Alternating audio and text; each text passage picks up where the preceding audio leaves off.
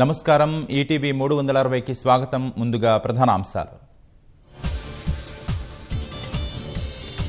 పుల్వామా దాడి సూత్రధారి పాక్ జాతీయుడు కమ్రాన్. పేలుళ్లకు 80 కిలోల ఉన్నత శ్రేణి ఆర్డీఎక్స్ వినియోగం.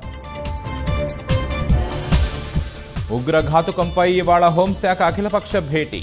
ప్రతీకార దాడులపై అభిప్రాయ సేకరణకు అవకాశం.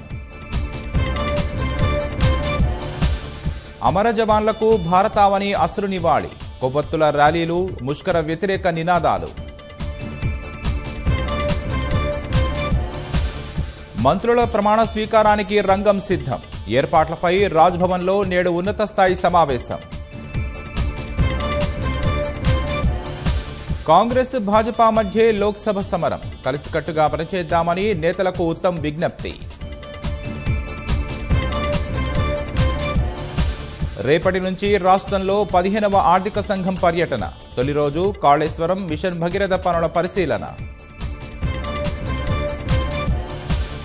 నిర్లక్ష్యానికి నిలయంగా ప్రాథమిక ఆరోగ్య కేంద్రాలు. సమయపాలన పాటించని వైద్యులు, రోగుల ఇక్కట్లు.